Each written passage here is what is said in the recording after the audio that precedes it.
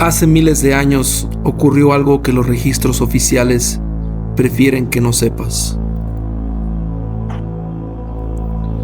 No en la tierra, no entre reyes ni ejércitos humanos, sino en un lugar que ninguna cámara ha captado, ninguna ciencia ha medido, y del que solo existen fragmentos de un libro que fue eliminado de las escrituras hace 2000 años. Hubo una guerra en el cielo, y sus consecuencias todavía las estamos viviendo. Bienvenidos a Historia Chueca, donde la verdad es una manera diferente de ver las cosas.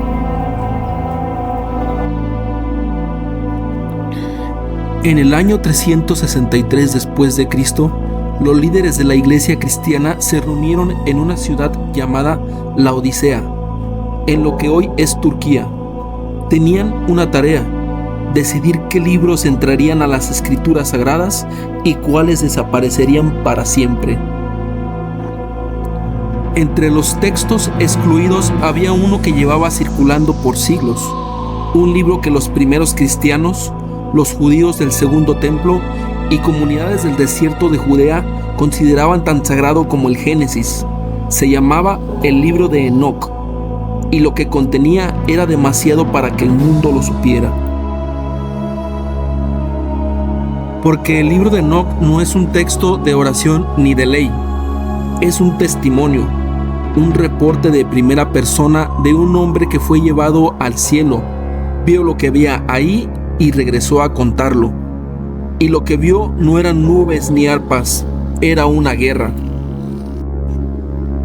Antes de entrar a la guerra en sí, necesitamos entender quiénes eran los actores, porque esto no es mitología, o al menos no solo mitología.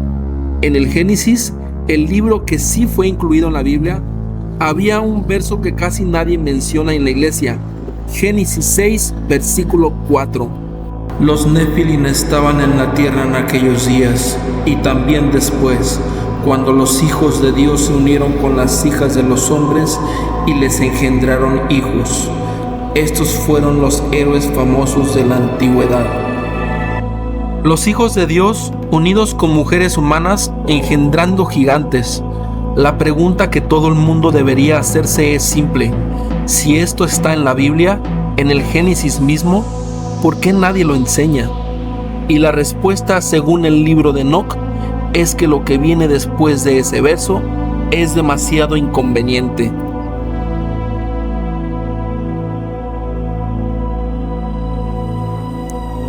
El libro de Enoc comienza donde el Génesis se queda corto, no con una guerra en el cielo todavía, sino con algo que la precede, algo que la causa. Eran 200 seres que en los textos se llaman los vigilantes. Ángeles, sí, pero de una categoría específica.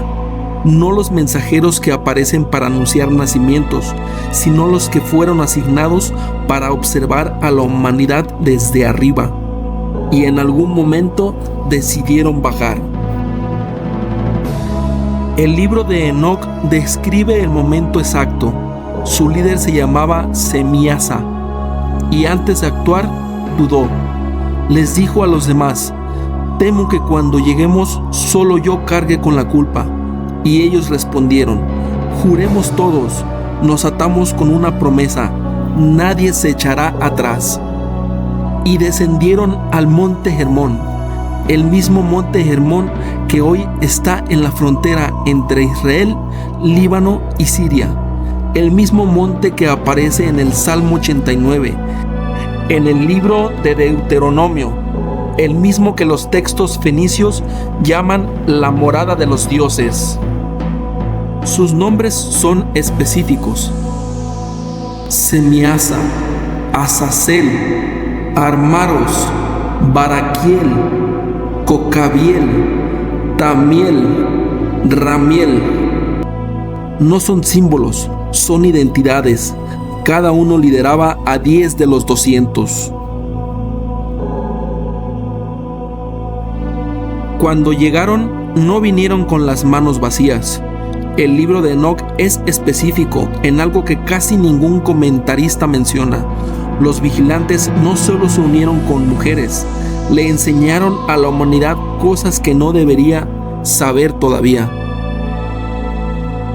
Azazel enseñó a los hombres a fabricar armas de guerra, espadas, cuchillos, escudos. A las mujeres les enseñó a fabricar joyería, a usar maquillaje y las artes del encantamiento. Semiasa enseñó encantamientos y el corte de raíces. Otros enseñaron astronomía, astrología, el movimiento de los planetas y lo que el texto llama las resoluciones de la luna. ¿Por qué importa esto?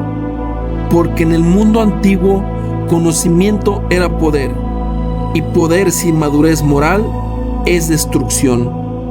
Y la humanidad, según estos textos, no estaba lista. Las mujeres que se unieron con los vigilantes quedaron embarazadas, y lo que nacieron no eran humanos ordinarios. El libro de Enoc los llama los Nefilim, gigantes. El texto dice que su altura llegaba a 3000 amos, una unidad que algunos interpretan como metros, otros como codos, pero en cualquier caso monstruosa. Y estos gigantes tenían hambre, consumieron todos los recursos de los humanos, luego empezaron a consumir a los humanos mismos, y cuando los humanos no alcanzaron, empezaron a atacarse entre ellos. Y allí es cuando el cielo respondió. Lo que pasó después es lo que la Biblia llama, en pocas palabras, la caída de los ángeles. Pero el libro de Enoc da detalles, nombres, órdenes específicas, una secuencia que suena menos a metáfora y más a un reporte militar. 4 ángeles, Miguel, Sariel, Rafael y Gabriel, se presentaron ante Dios, le contaron lo que estaba pasando en la tierra, los vigilantes, los Nefilim, el caos, y Dios respondió con órdenes específicas para cada uno. Rafael, ve a Azazel, átalo de manos y pies, échalo en la oscuridad, cubre su cara para que no vea la luz, el día del juicio será lanzado al fuego. Gabriel, destruye a los hijos de los vigilantes, hazlos pelear entre ellos hasta que se destruyan solos. Miguel, ata a Semiasa y a sus compañeros que se unieron con las mujeres. Átalos bajo las colinas de la tierra por 70 generaciones, hasta el día de su juicio. Sariel, ve a Noé, dile lo que viene, dile que construya. ¿Notas las 4 órdenes? 4 misiones diferentes.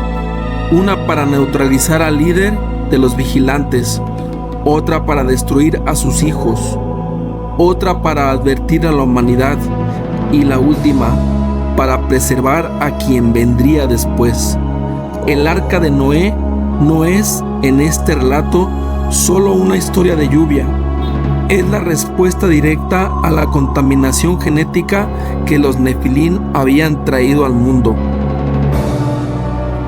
Aquí es donde se vuelve imposible de ignorar para cualquiera que investiga en serio, porque la historia del libro de Enoc no es única. En la mitología griega, los titanes descienden al mundo humano, se unen con mortales y generan razas de semidioses y gigantes. Los dioses del Olimpo intervienen. La guerra resultante es la titanomaquia. Los perdedores son atados y lanzados al Tártaro, que los griegos describían como el lugar más profundo bajo la tierra. En la mitología sumeria, la más antigua que conocemos, anterior incluso a los textos hebreos, los Anunnaki descienden del cielo, se unen con humanos, crean los Adamu, y hay una facción que se rebela contra el orden divino. En la mitología hinduista, los Asuras seres de poder sobrenatural, se rebelan contra los devas y el orden cósmico. La guerra entre ellos sacude los tres mundos y los perdedores son confinados en el inframundo. Griegos, sumerios, hindúes, hebreos, 4 tradiciones completamente separadas, sin contacto entre ellas, y todas describen lo mismo: seres celestes que descienden, se mezclan con humanos, los poderes superiores intervienen, los transgresores son atados y confinados, el mundo es reiniciado. La pregunta no es si alguno de ellos inventó la historia. La pregunta es, ¿por qué todos recuerdan lo mismo? Si esto es historia real, o al menos historia ampliamente documentada en decenas de culturas, la pregunta lógica es, ¿por qué no lo sabemos? ¿Por qué este capítulo específico no está en tu Biblia? ¿Por qué el libro de Enoc no se enseña en ninguna iglesia? ¿Por qué los académicos que lo mencionan suelen ser rápidamente marginados? La respuesta tiene varias capas. En el año 363 después de Cristo, los obispos de la iglesia decidieron que el libro de Enoc era apócrifo, no canónico, no sagrado. Pero hay algo interesante. En la Biblia que sí fue canonizada, el libro de Judas, que sí está en tu Biblia, cita directamente al libro de Enoc. Textualmente, Judas 1, 14, 15. Es decir, un libro que la iglesia declaró no sagrado es citado como profecía verdadera en un libro que la misma iglesia declaró sagrado. ¿Cómo explicas eso? Hay una excepción. Una sola comunidad cristiana que nunca eliminó el libro de Enoc de su canon: la Iglesia Ortodoxa Etíope. Para ellos, el libro de Enoc es tan sagrado como el Génesis. Siempre lo ha sido, y durante siglos Europa ni siquiera sabía que existía, hasta que en 1773 un explorador escocés llamado James Bruce lo trajo de vuelta a Etiopía. Llevaba más de 1400 años fuera de la conciencia occidental. En 1947, un pastor beduino lanzó una piedra dentro de una cueva cerca del Mar Muerto. Escuchó que algo se rompía. Entró a ver y lo que encontró fue uno de los descubrimientos arqueológicos más importantes de la historia: los rollos del Mar Muerto. Miles de fragmentos, cientos de textos, y entre ellos fragmentos del libro de Enoc, en arameo, datados entre el siglo III y el 1 a.C., lo que significa que el texto no es medieval, no es una invención tardía, tiene al menos 2300 años. Entonces, tienes 200 seres que descendieron, enseñaron cosas que no debían, tuvieron hijos que no debían existir, causaron un nivel de caos que, según varios textos independientes, obligó a un reinicio planetario.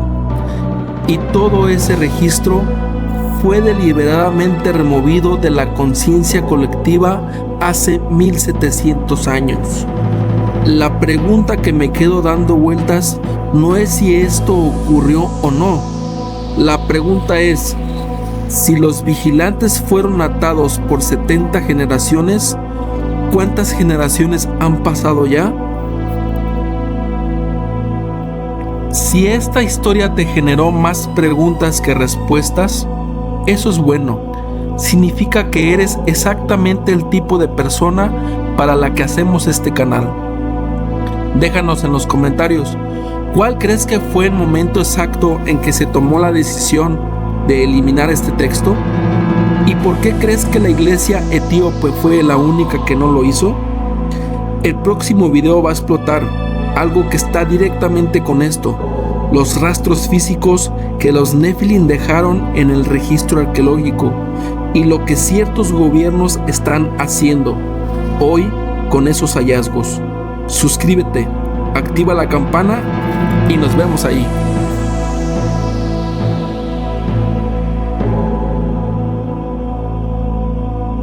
Y sin embargo, no está en tu Biblia.